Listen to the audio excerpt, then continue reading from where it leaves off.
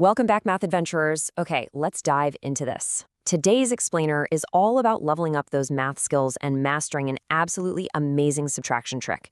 You know, if you've ever found yourself totally stuck on a tricky math problem where the numbers just don't seem to cooperate, well, you're in exactly the right place. By the end of this journey, you're going to be a certified subtraction master. We're getting you equipped with a strategy that makes even the trickiest math problems completely solvable. But first, I want you to picture a scenario. You're cruising through your math problems, everything's going great, and then, bam, you hit a wall.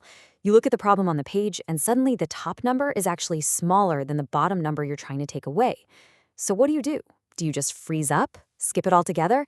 Well, today we're going to learn exactly how to crush this specific math obstacle. Before we get into the really tricky stuff, let's warm up those math brains with 45 minus 23. Now remember, we always start on the right side in the ones column. So we're looking at the 5 and the 3. We already know that 5 minus 3 is 2. Then we just slide over and look at the tens column. 4 minus 2, that's 2, which gives us our final answer, 22. Fantastic job. I mean, that was a total piece of cake, right? And the reason it was so easy is that in the ones column, the top number, the 5, was bigger than the bottom number, the 3. So no magic tricks required there, just straight up subtraction.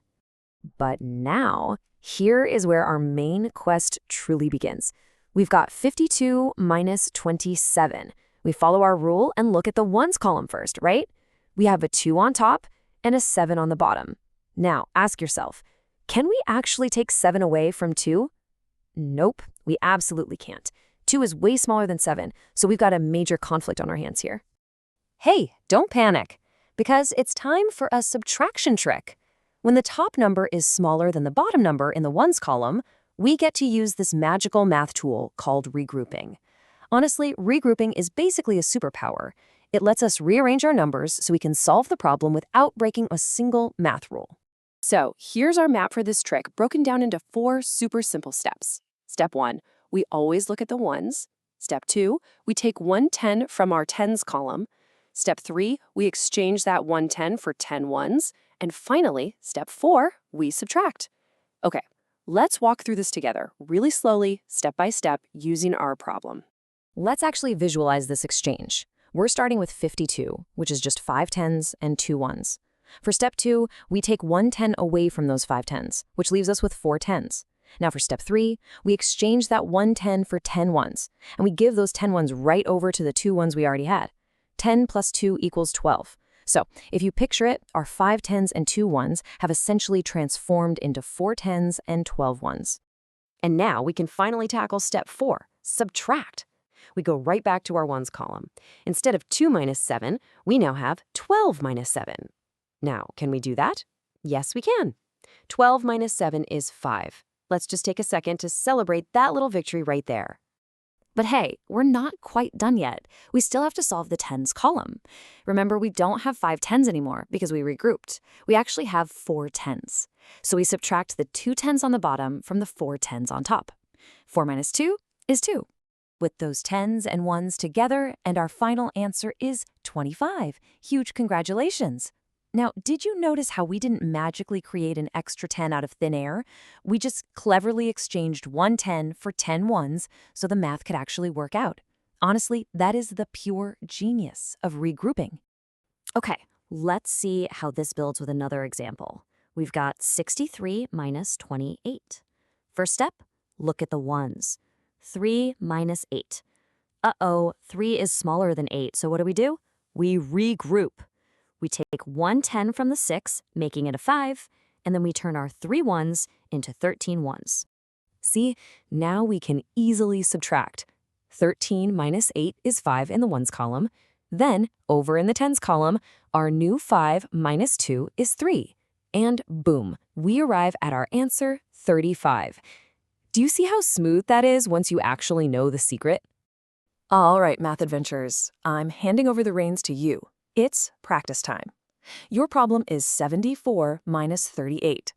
What I want you to do is pause this explainer right now, grab some scratch paper, and try this completely on your own using our 4 regrouping steps. Seriously, take your time with it. Okay, welcome back. Are you ready for the big reveal? The answer is 36. Fantastic thinking on this one. You saw that 4 was smaller than 8. You borrowed a 10 to make it 14. 14 minus 8 gave you 6, and then 6 tens minus 3 tens was 3. Massive praise to you for putting in that effort and really building up that math confidence. So, now that you've got the basics totally locked down, it's time to level up. Welcome to the challenge round. Think of this as the boss level of today's math adventure. The numbers are definitely a little bigger, but your superpower works exactly the same way. Here is your ultimate challenge, 100 minus 57. Now, this one requires some real deep thinking, but don't let those big numbers intimidate you. Just pause the explainer right here, give yourself a little extra thinking time, and give it your absolute best shot. All right, and the answer is 43. Listen, if you got this right, give yourself a massive round of applause. And hey, if you didn't get 43, celebrate anyway. Math is an adventure, and honestly, mistakes are just amazing opportunities to learn and try again. Your effort is what truly makes you a math master here. So the crucial point is this very simple phrase I want you to memorize forever. Small, top number, regroup. Whenever you're subtracting and that top number in the ones column is just a little too small, this phrase is your instant reminder to pull out that regrouping trick. And that actually brings us to our second smart tip, which is just as important. Before you do any subtracting, before you even think about regrouping, you gotta look at the ones first. Always start your math adventure on the right side of the page. If you start in the ones column, you'll always know right away whether or not you need to regroup. And this brilliantly illustrates one of the absolute coolest secrets in all of mathematics. You can actually check your subtraction by using addition. Let's look at the left side here.